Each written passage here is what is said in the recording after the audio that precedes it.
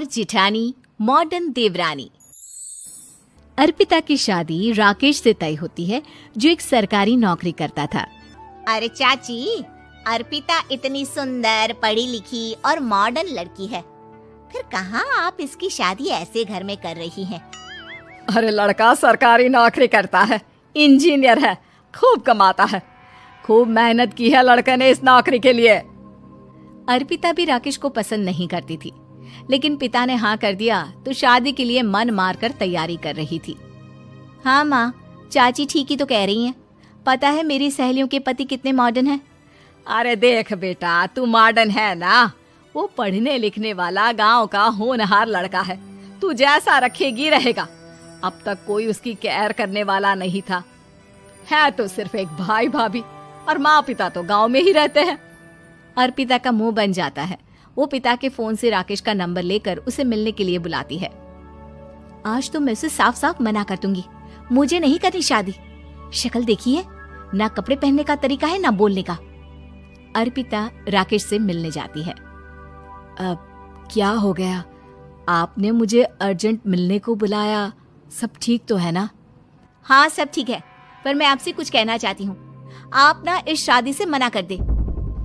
राकेश की आंखें अर्पिता की इस बात से लाल हो जाती है। वो रूंधे गले से कहता है, लेकिन शादी की सारी तैयारियां हो गई हैं। मैंने आपके साथ एक अच्छे भविष्य का सपना भी देख लिया है। ऐसा मत करिए प्लीज। माँ पिता के अलावा मैंने किसी को दिल से अपना माना है तो वो आप ही है। देखिए, मुझे आपसे कोई समस्या नहीं है, लेकिन आप मेरे जैसे नहीं हैं। मैं मॉडर्न लड़की और आप। मैं आपसे वादा करता हूँ, जब तक आपके लायक नहीं बन जाता मैं कभी आपसे बीवी का हक नहीं मांगूंगा। अर्पिता राकेश का प्यार देखकर पिघल जाती है और शादी के लिए हाँ कर देती है। दोनों की शादी हो जाती है, लेकिन शादी के बाद राकेश की भाभी, जो कि पूरी की पूरी देहाती थी। ए राकेश, उठ, जब पानी भर कर ला और तेरी बीवी को बोल के चूल्हा लगा दिया है, रोटी बना ले। क्या है ये सब? और तुम्हारी भाभी इस तरह चिल्ला क्यों रही है? क्या करूं, भाभी ही खाना बनाती है और मुझे पढ़ने के लिए इस घर में रखा, तो मैं घर का सारा काम कर देता हूँ। अब तुम आ गई हो, अपने तरीके से देख लो। ये मकान तो तुम्हारे पापा ने बनवाया था ना शहर में, ताकि बेटा पढ़ाई कर सके। हाँ, पर भाभी ही पूरे घर में रहती है। ठीक है, देखो अब। अर्पिता बाहर जाती है। सूट पहनी अर्पिता को देखकर जेठानी का पारा हाई हो जाता है। ए शहर की हीरोइन, यहाँ ना चलेगा ये सब, समझी? साड़ी पहनो, साड़ी। वो नारंगी वाली निकाले हैं तुम्हारे लिए, जिसमें हरे रंग का फूल बना है, और सीधे पहुंचो रसोई में। मेरे आगे नहीं चलेगा ये सूट बूट का नाटक, समझी? देखिए भाभी, आप बड़ी हैं, आपने राकेश की पढ़ाई में मदद की, लेकिन ये मकान इनके पिताजी का है, तो मैं अपना पोर्शन अलग कर रही हूँ। मैं आज से आपके साथ नहीं रहूंगी। जेठानी का तो मानो पारा ही हाई हो जाता है। और ऐसा कैसे नहीं रहेगी? हाँ, और कौन बोला कि राकेश अलग हो जाएगा? वो अपने भाई के बिना नहीं रहता। आज देखिए तो, देखिए कल के आई छोरी क्या बोल रही है। राकेश के साथ बात हो गई है, मैंने ऊपर का हिस्सा राकेश को दे दिया है, उसके अपनी जिंदगी शुरू हो रही है, तो अच्छा है ना कि अब रसोई भी अलग हो जाए। अर्पिता राकेश की ओर फक्र से देखती है कि उसने अर्पिता के लिए स्टैंड लिया। अर्पिता बाजार में जाकर सारा रसोई का सामान ले आती है। पिता के दिए सामान से घर सजाती है और अपने तरीके से पूरे घर की सजावट करती है। शाम को राकेश ऑफिस से आता है। कुर्ता पैजामे में राकेश को देखकर, अरे ये क्या पहना है? भाभी सिलती है ना कुर्ता, मैं सारी कमाई भाभी को ही दे देता हूँ। लेकिन अब ना बीबी को देना होगा, क्योंकि भैया भी अच्छी नौकरी करते हैं। भाभी अपने पति का पैसा संभालें और मैं अपने पति का पैसा संभालूंगी। तभी भाभी आ जाती है। अरे देखो, बहुत हो गया। हाँ, अलग रहने तक तो ठीक था, लेकिन पैसा हम एक फूटी कौड़ी नहीं देंगे। बचपन से तुम्हारे पति को हमने पाला है, उसका हिसाब दो। अच्छा, हिसाब चाहिए? कितना पढ़ी हैं आप जो आपको हिसाब चाहिए? बड़े भाई हैं उनकी, जिन्होंने उन्हें पढ़ाया लिखाया, वो हिसाब मांगेंगे तो जरूर दे दूंगी भाभी। अरे देख, हाँ, अगर तूने पढ़ाई की है तो मैं भी अंगूठा छापना हूँ।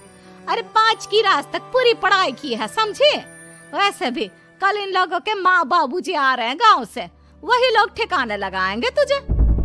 अगले दिन सास ससुर आते हैं, दोनों बहुत ही सीधे लोग। अच्छा किया जो ऊपर के हिस्से में राकेश की गृहस्थी लगा दी। अब दोनों बेटे अपना अपना देख ले। छोटी बहू कहाँ है? अरे बहुत ही चालाक है माँ जी, ऐसी जबान चलाती है जैसे दर्जी कैंची चलाता है। वैसे बहू तुम भी कम नहीं थी। और सुनाओ। तभी छोटी बहू सास ससुर के पैर छूकर उन लोगों को चाय और नाश्ता देती है।